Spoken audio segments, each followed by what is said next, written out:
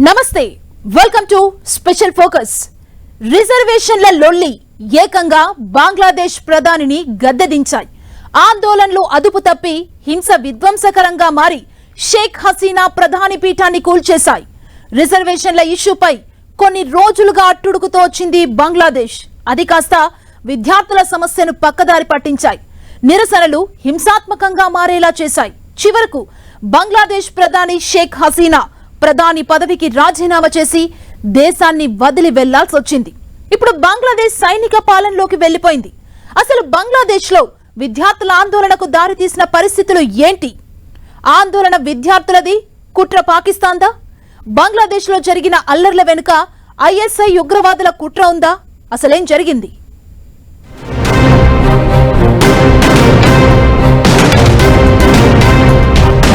బంగ్లా ప్రధాని పీఠాన్ని కూల్చిన రిజర్వేషన్ల లొల్లి.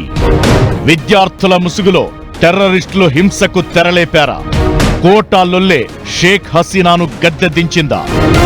నెలల తరబడి నిరసనలు, ఆందోళనలతో రగిలిపోయిన రచ్చలో వందలాది మంది మృతి. కొన్నాళ్లుగా రిజర్వేషన్ల గొడవతో అట్టుడికిన బంగ్లాదేశ్ చివరకు సైనిక పాలనలోకి వెళ్లిపోయింది. బంగ్లాదేశ్ ప్రధాని షేక్ హసీనా గద్దె దిగాల్సొచ్చింది. ప్రభుత్వ ఉద్యోగాల్లో రిజర్వేషన్లకు వ్యతిరేకంగా కొన్ని నెలల క్రితం శాంతియుతంగా మొదలైన నిరసనలు ఊహించని పరిణామాలకు దారితీశాయి. దేశవ్యాప్తంగా చెలరేగిన హింసాత్మక ఘటనలతో షేక్ హసీనా ప్రభుత్వం వణికిపోయింది. వందలాది మంది ప్రాణాలు కోల్పోవడంతో చివరకు దేశ ప్రధాని గద్దె దిగాల్సొచ్చింది. కొన్ని నెలలుగా జరుగుతోన్న ఆందోళన 2-3 రోజుల నుంచి మరింత హింసాత్మకంగా మారాయి.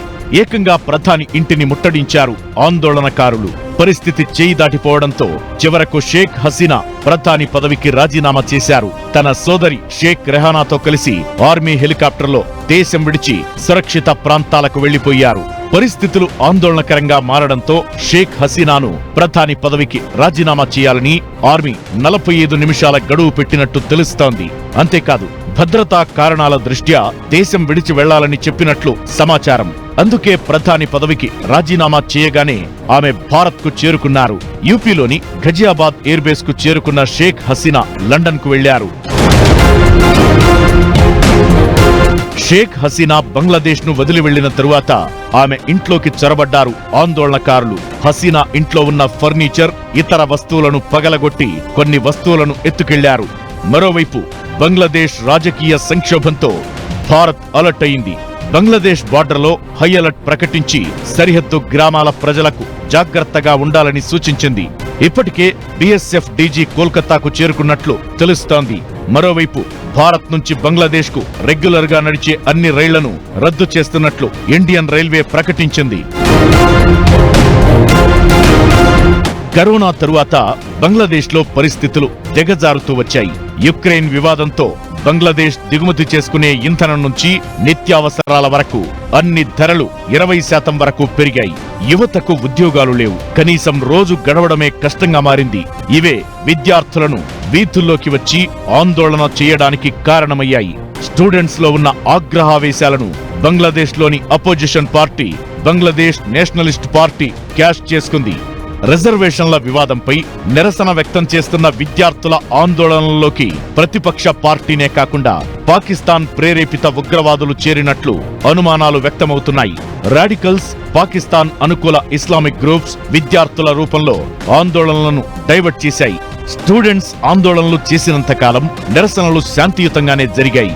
ఎప్పుడైతే ఐఎస్ఐ ఉగ్రవాదులు, అరాచక శక్తులు ఇన్వాల్వ్ అయ్యాయన్న ప్రచారం జరిగిందో అప్పటి నుంచి శాంతియుత నిరసనలు కాస్త హింసాత్మకంగా మారాయి. ఆందోళనలు మొదలైనప్పటి నుంచి వందల మంది ప్రాణాలు కోల్పోయారు.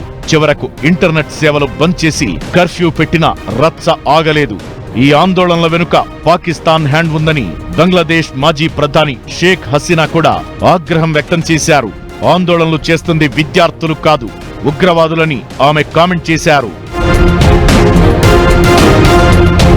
అధికారంలో ఉన్న షేక్ హసీనా ఆధ్వర్యంలోని బంగ్లాదేశ్ అవామీ లీగ్ పార్టీ భారత్ కు అనుకూలంగా ఉందన్న ఆవేదనతో పాక్ టెర్రరిస్ట్ సంస్థ ఐఎస్ఐ రెచ్చిపోయింది. పాకిస్తాన్ కు అనుకూలంగా ఉండే బంగ్లాదేశ్ నేషనలిస్ట్ పార్టీ జమాత్ ప్రభుత్వం ఏర్పాటు కావాలని కుట్రలు చేసింది. అందుకే 15 ఏళ్లుగా తిరుగులేని అధికారాన్ని కొనసాగిస్తున్న షేక్ హసీనాపై పగబట్టి ఆమెను గద్దె దించేందుకు రిజర్వేషన్ల ఇష్యూను అవకాశంగా మలుచుకుంది. ఇప్పుడు సైనిక పాలన రావడంతో బిఎన్పి జమాత్ పార్టీ బంగ్లాదేశ్లో అధికారంలోకి రావడానికి అవకాశాలు ఉన్నాయి.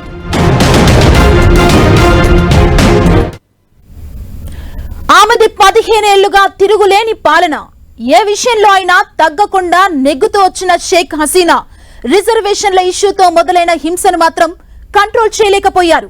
వరుస సమస్యలు, విద్యార్థుల ఆందోళన ఆమెను గద్దెదించేలా చేశాయి. షేక్ హసీనా భారత్ అనుకూలమని పాక్ పన్నిన కుట్రలో బంగ్లాదేశ్ అవామీ పార్టీ అధికారం కోల్పోవాల్సి వచ్చింది. అసలు బంగ్లాదేశ్ లో రిజర్వేషన్ల గొడవ ఎలా స్టార్ట్ అయింది? నిరసనలు ఎక్కడ మొదలై ఎటువైపు దారి తీశాయి? బంగ్లా సుప్రీంకోర్టు తీర్పిచ్చాక కూడా ఆందోళనకారులు వెనక్కి తగ్గకపోవడానికి కారణమేంటి?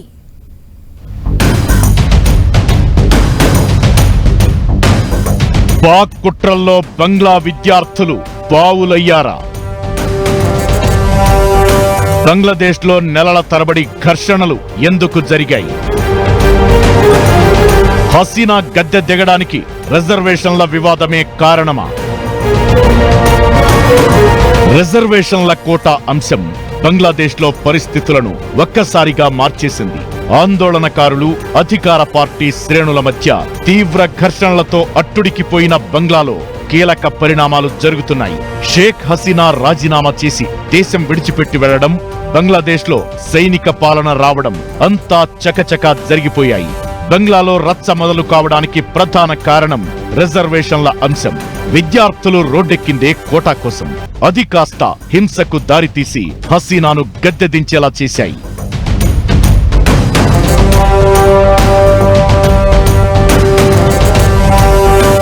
పంతొమ్మిది 1971లో బంగ్లాదేశ్ స్వాతంత్ర్యం కోసం పోరాడిన వారి కుటుంబ సభ్యులకు ప్రభుత్వ ఉద్యోగాల్లో 30% రిజర్వేషన్లు కల్పిస్తూ హసీనా ప్రభుత్వం తీసుకున్న నిర్ణయం తీవ్ర వివాదాస్పదమైంది.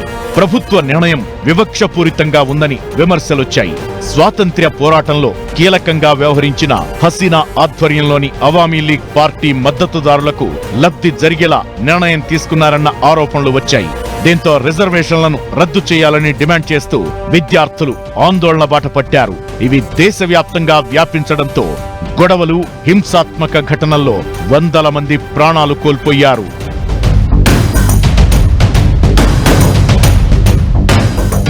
రిజర్వేషన్ల ఇష్యూ రోజులు గడిచిన కొద్దీ బంగ్లాదేశ్లో హింసను పెంచేసింది.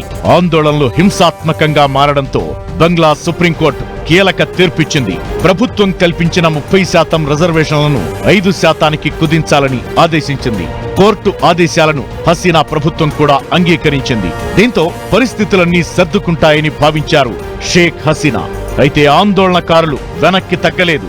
దేశంలో హింసకు కారణమైన ప్రధానమంత్రి షేక్ హసీనా రాజీనామా చేయాలనే డిమాండ్తో మళ్లీ ఆందోళనలు చేపట్టారు.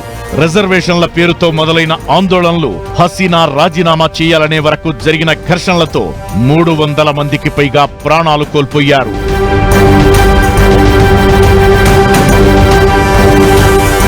స్వాతంత్ర్య సమరయోధుల కుటుంబాలకు రిజర్వేషన్లు తగ్గించినా ఆందోళనలు జరగడంపై షేక్ హసీనా పలుమార్లు తీవ్ర ఆగ్రహం వ్యక్తం చేశారు. ప్రధాని పదవి నుంచి తప్పుకోవడానికి ఒప్పుకోలేదు. నిరసనల పేరుతో విధ్వంసాలు సృష్టిస్తున్నారని హింసకు తెరలేపింది ఉగ్రవాదులని ఫైర్ అయ్యారు. అశాంతిని అణచివేసేందుకు ఇంటర్నెట్ పై ఆంక్షలు విధించారు. ఒకానొక సమయంలో ఆందోళనకారులతో చర్చలు జరిపేందుకు షేక్ హసీనా పిలుపునిచ్చినా ఆందోళనకారులు నిరాకరించారు. దేశంలో ఆందోళనలు తీవ్రమవడానికి ప్రధాన ప్రతిపక్షమైన బంగ్లాదేశ్ నేషనలిస్టు పార్టీతో పాటు నిషేధానికి గురైన జమాతే ఇస్లామీ పార్టీ కారణం. అపోజిషన్ పార్టీలు పాక్ కుట్రలే హింసకు కారణమయ్యాయి. చివరకు ప్రధాని పదవికి రాజీనామా చేసి దేశం విడిచి వెళ్లిపోయారు షేక్ హసీనా.